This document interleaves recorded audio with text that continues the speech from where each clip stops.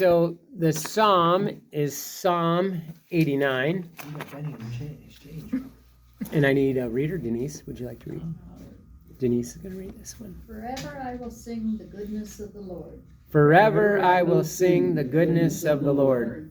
The promises of the Lord I will sing forever. Through all generations my mouth shall proclaim your faithfulness. Forever I will sing the goodness of the Lord. For you have said, my kindness is established forever in heaven, and you have confirmed your faithfulness. Forever I will sing the goodness of the Lord. Blessed the people who are known the joyful shout in the light of your countenance, O Lord, they walk. At your name they rejoice all day, and through your justice they are exalted. Forever I will sing the goodness of the Lord. You are the splendor of their strength, and by your favor our horn is exalted. For to the Lord belongs your shield, and to the Holy One of Israel, our King. Forever I will sing the goodness of the Lord. Thank you. So this psalm, we're hearing the first part of the psalm. And the second part of the psalm, it takes a different turn. Where this is all, giving praise and thanksgiving and singing of all the good things of the Lord. But when you get to around verse 38, it takes a different turn, because at that point he's like, everything's falling apart in my kingdom. I thought I had all these promises. And so there's a tension that develops within this psalm.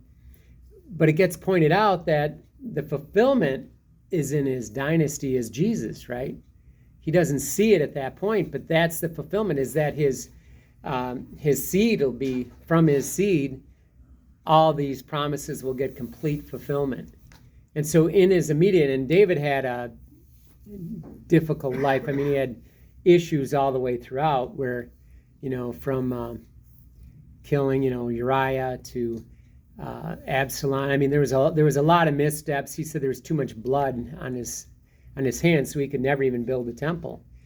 So his whole life was kind of riddled with that kind of thing. But in this psalm, we don't hear about that, but I'm just kind of giving you a little bit of in-depth.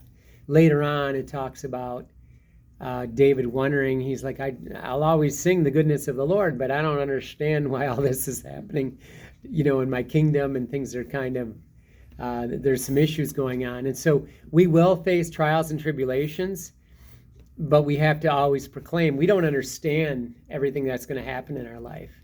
And so when things happen to us, we don't understand the full ramifications. We can look at things and say, that's terrible, maybe not seeing that far ahead, but God, in his wisdom, knows the bigger picture. He's infinitely intelligent. We're like a worm in comparison. But it talks about God's steadfast love and his faithfulness. And so David's saying, the promises of the Lord I will sing forever. For you have said, my kindness is established forever. So this is kind of covenant language that he's saying here. It's enduring loyalty. God is reliable. Remember that. God is reliable. People are not reliable, but God is reliable. And blessed are the people. It's not just King David. It's not just the people in charge, but all the people are blessed because of this covenant. And they should be given a joyful shout. So there's praise. David used to play, and actually he played to King Saul. Actually, he drove out a demon out of King Saul. It was with music. So, music can be, powerful, but he was a very musical type of person. And it's make a joyful note unto the Lord. We should be praising God. And so, that means sing in church, guys. It doesn't say that, but we, ultimately, at your name, they rejoice all the day. So, a lot of people, they don't, rejoice at the name of the Lord. They use the Lord's name in vain. Don't do that. We need to be rejoicing with the Lord's name. God is the source of our strength. Are we rejoicing because we walk in God's favor? He's our light. He's our shield. He's our protection. And so I think that's important, that we understand that, with Christ there's a fulfillment of everything here. So all these promises, David saw it, and he talked about it in these Psalms, and he praised God, but he didn't, it's uncertain, and we may have uncertainties in our life, but we never stop praising God and singing of the goodness of the Lord. We just don't understand it, and I'm okay with that. I don't understand certain things. I don't understand why I got cancer, but I do see that I've been praying with people that have cancer, and I see that God has been bringing people to faith because I had cancer.